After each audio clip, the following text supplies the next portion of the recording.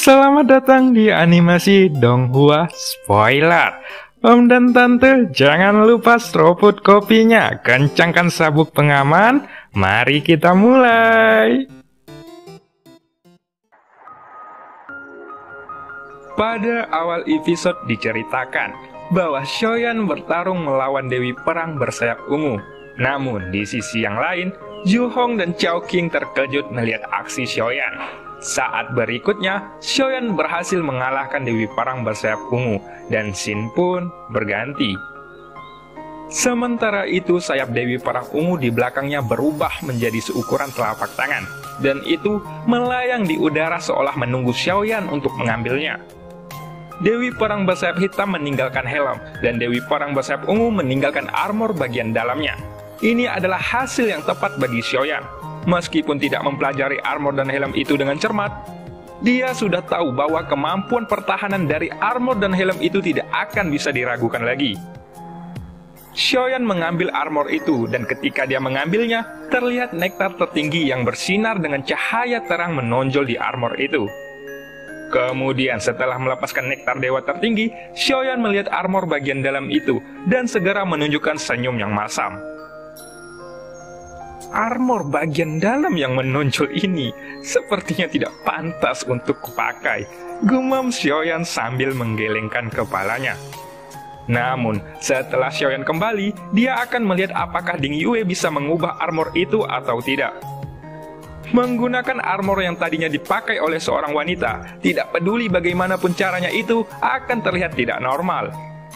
Kemudian Xiaoyan pun mengalihkan pandangannya ke sayap Dewi Perang ungu yang sudah berubah menjadi seukuran telapak tangan. Namun dibandingkan dengan sayap ungu ini, Xiaoyan masih merasa bahwa sayap hitam yang dia gunakan masih lebih bagus dan sangat cocok dengan jubah hitam yang selalu dia pakai. Sayangnya sayap Dewi Perang tidak bisa digabungkan. Tapi mungkin Ding Yue bisa mengubahnya. Setelah aku kembali, aku akan membicarakan ini, gumam Xiaoyan. Setelah Xiaoyan memikirkannya, dia kemudian menyimpan armor Dewi Perang dan sayap ungu itu ke dalam cincin ruangnya, dan memilih untuk tetap memakai sayap hitam.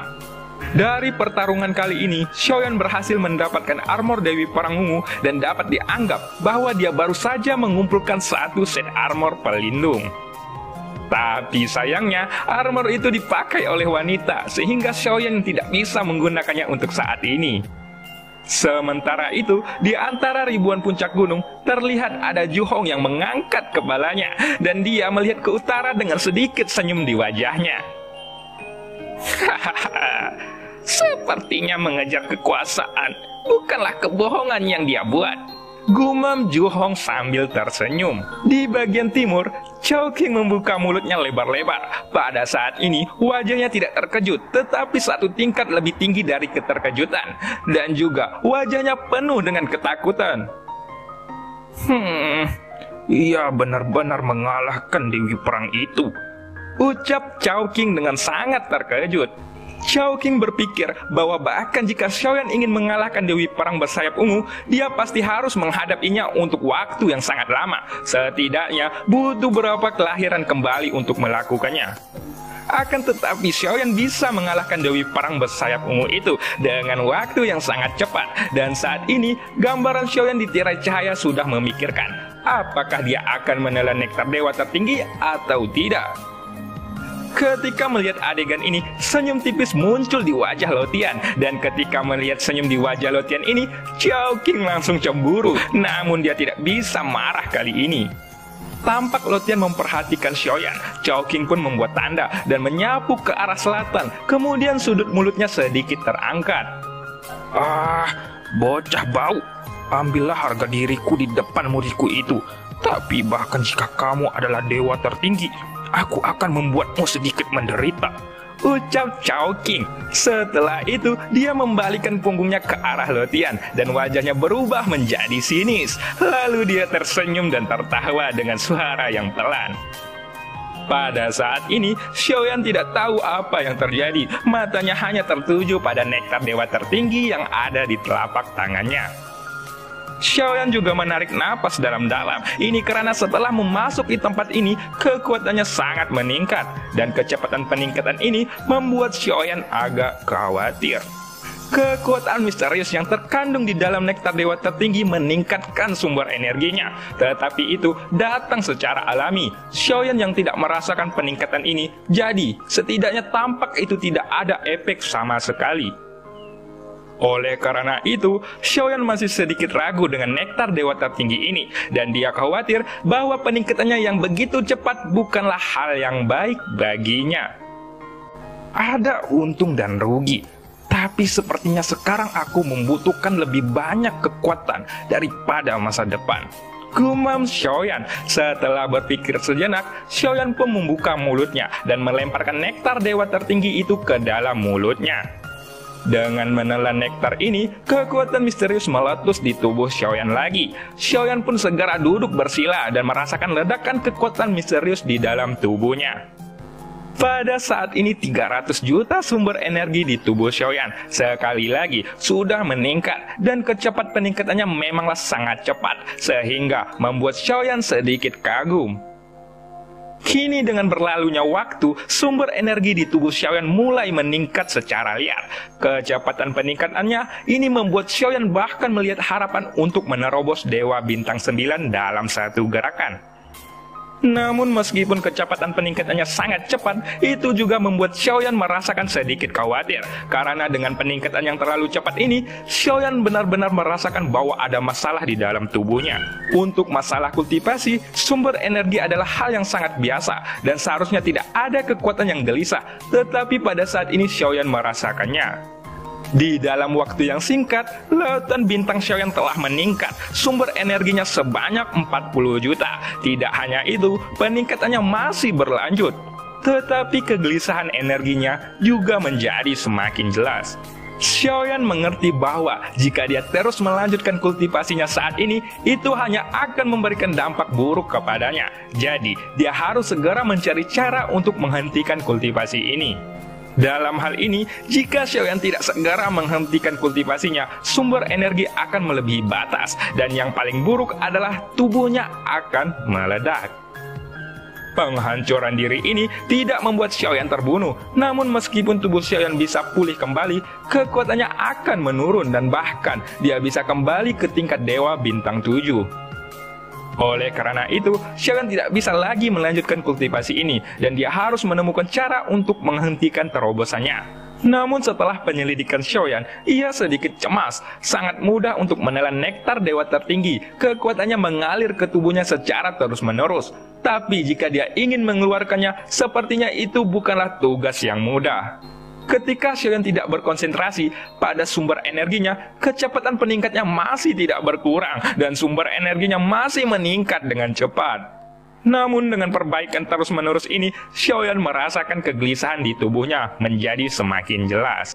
Tepat ketika Xiaoyan menemui hambatan dalam kultivasinya, di arah selatan dari 33 dunia, terlihat bahwa ada seberkas cahaya yang melesat dari sisi yang jauh, dan itu tersapu ke dalaman.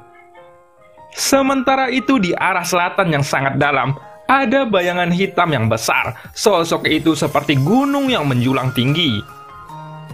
Jejak cahaya mengenai dari sisi yang jauh, dan segera cahaya pun menghantam bayangan besar itu. Kemudian seluruh bayangan itu pun tiba-tiba bergetar, dan dalam kegelapan, sepasang mata iblis berwarna ungu tiba-tiba terbuka. Ternyata, bayangan hitam besar ini bukanlah gunung, tapi itu adalah binatang raksasa berukuran 100 kaki. Adapun jejak cahaya yang datang untuk membangunkannya, itu adalah sosok Chowking. Hei, cepat bangun, dasar pemalas. Aku menemukan lawan yang kuat untukmu. Dia ada di arah utara dan sudah mengalahkan Dewi Perang bersayap hitam dan Dewi Perang bersayap ungu. Ucap Chowking yang suaranya bergema di telinga binatang raksasa itu. Ketika binatang raksasa itu mendengar kata-kata Chowking, mata iblis ungunya menunjukkan ekspresi terkejut. Dan ada banyak debu di tubuhnya, bahkan itu sudah ditutupi dengan asap debu yang sangat tebal. Detik berikutnya, binatang raksasa itu menggelengkan kepalanya, merenggangkan otot-otot dan tulangnya. Lalu binatang raksasa itu perlahan mengangkat kepalanya. Dengan adanya tanduk besar yang tumbuh di kedua sisi kepalanya dan sayap yang membentang di belakang sosok ini, bahkan memiliki anggota tubuh yang sangat kuat. Lalu ditambah dengan sepasang mata iblis berwarna ungu, hal itu pun memancarkan rasa penindasan yang sangat mengerikan. Bahkan ternyata binatang raksasa ini adalah binatang iblis abadi yang pernah dikatakan oleh Zhu Hong kepada Xiaoyan sebelumnya. Pada saat ini, binatang iblis abadi itu melihat ke arah timur dan perlahan membuka mulutnya dengan ditemani raungan yang mengguncang bumi. Lalu, cahaya biru bergejolak di mulutnya dan setelah mengembun untuk beberapa saat, cahaya biru di mulutnya berubah menjadi kilatan cahaya yang melesat langsung ke arah timur. Di seluruh 33 dunia, arah kilat biru itu ternyata tidak diarahkan kepada Xiaoyan, tetapi itu diarahkan kepada Chowking yang telah memadatkan jejak cahaya untuk mengganggunya. Hahaha, dasar binatang buas, bagaimana kamu bisa begitu baik? Ucap Chowking dengan suara pelan. Chowking kini memarahinya diam-diam dan dia segera melesat di ujung yang jauh. Dia melihat bahwa sinar biru yang penuh dengan kekuatan penghancur itu ternyata sudah mendekat. Ketika merasakan gejolak energi yang kuat ini, Lotian juga mengangkat kepalanya dan pupil matanya pun tiba-tiba menyusut. Pada saat ini, sinar biru itu sudah menutupi langit dan matahari. Tampaknya itu akan meledak menjadi abu dalam sekejap. Chowking yang berdiri di udara terlihat sangat kurus dan pakaiannya compang-camping. Tapi sekarang, dia memiliki aura seorang kaisar keabadian. Dan sosoknya langsung muncul ke arah dari mana cahaya biru itu melesat. Pada saat sinar itu melintas, Chowking mengangkat tangan dan melambaikan jubah lengan bajunya dengan tajam. Lalu, sinar yang penuh dengan kekuatan penghancur itu pun langsung diarahkannya. Sinar biru itu seperti dipantulkan langsung oleh Chowking, mengubah arah tujuan dan lintasannya. Tapi ternyata arah tujuan sinar yang dipindahkan oleh Chowking adalah wilayah utara tempat Xiaoyan berada. Pada saat ini, Xiaoyan yang tengah duduk bersila pun mengerutkan alisnya, tampak masih memikirkan cara untuk menghentikan lautan bintang yang terus bergejolak di dalam tubuhnya. Tepat ketika Xiaoyan memikirkannya, Xiaoyan tiba-tiba membuka mata, dan pada saat dia membuka mata, semua kilatan biru itu sudah mengalir ke arahnya, dan Xiaoyan bahkan tidak punya waktu untuk bereaksi. Di dalam tirai tipis, ketika Lotian melihat sosok Xiaoyan yang diselimuti oleh kilatan cahaya biru, pupil matanya tiba-tiba menyusut, dan dia segera berkata, "Orang tua, sialan! Orang tua sialan! Apa yang kamu sudah lakukan?" Ucap Lotian dengan marah. Tunggu dulu, tunggu. Itu adalah kecelakaan. Aku bersungguh-sungguh. Aku tidak berbohong. Ini murni kecelakaan. Ucap Chowking. Chowking tersenyum pahit, dan ketika dia juga melihat situasi di tirai tipis, Chowking memunculkan ekspresi terkejut yang tidak dia sadari. Sementara itu, terlihat bahwa sudah ada urat biru yang meledak di dahi Lotian. Akan tetapi, pada saat ini dia jelas tidak berdaya dan tidak bisa berbuat apa-apa. Paling-paling ini hanya bisa menggunakan penghancur diri sebagai ancaman kepada Chowking. Namun jika Chowking sedikit campur tangan, bahkan jika Lotian ingin meledakkan dirinya sendiri, itu adalah permintaan yang berlebihan. Chowking pun sedikit menyipitkan matanya, lalu dia menatap Lotian yang marah dan ada kilatan cahaya yang melintas di matanya. Tampaknya tujuan Chowking yang sebenarnya adalah dia dengan sengaja menggunakan Xiaoyan untuk memprovokasi Lotian. Di sisi lain, sinar biru dengan kekuatan penghancur itu sudah menyelimuti Xiaoyan cukup lama, dan itu menghilang setelah beberapa saat. Setelah semuanya sirna, di wilayah itu sosok Xiaoyan sebenarnya telah lenyap. Apakah kekuatan sinar biru itu benar-benar mengubahnya menjadi abu? Ucap Chowking yang masih curiga dan sudut mulutnya sedikit terangkat. Sementara itu, Lotian sudah tidak bisa menekan amarahnya lagi, dan niat membunuhnya pun tiba-tiba muncul. Chowking pun menoleh untuk melirik Lotian, dan dia juga menyadari bahwa niat membunuh itu berasal dari sosok Lotian. Dia tahu bahwa niat membunuh ini ditujukan kepadanya. Akan tetapi, Chowking ternyata tidak marah sama sekali. Dia hanya tersentak sejenak, dan senyumnya muncul di wajah tuanya. Orang tua sialan, kamu pikir aku takut padamu? Hingga kini ketika aku berhasil dalam kultivasi, suatu hari nanti aku pasti membunuhmu dengan tanganku sendiri.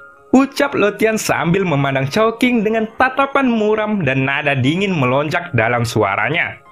Hahaha, kamu ternyata punya keberanian. Tapi tak apa, selama kamu berani memikirkan hal-hal seperti membunuh seorang guru, itu adalah hal yang baik. Kamu tidak dapat memintanya dari gurumu. Ucap Chowking sambil tertawa, dan dia tidak menganggapnya serius. Kenapa aku harus menghormati kematianmu? Ucap Lothian yang meraung dengan bingung.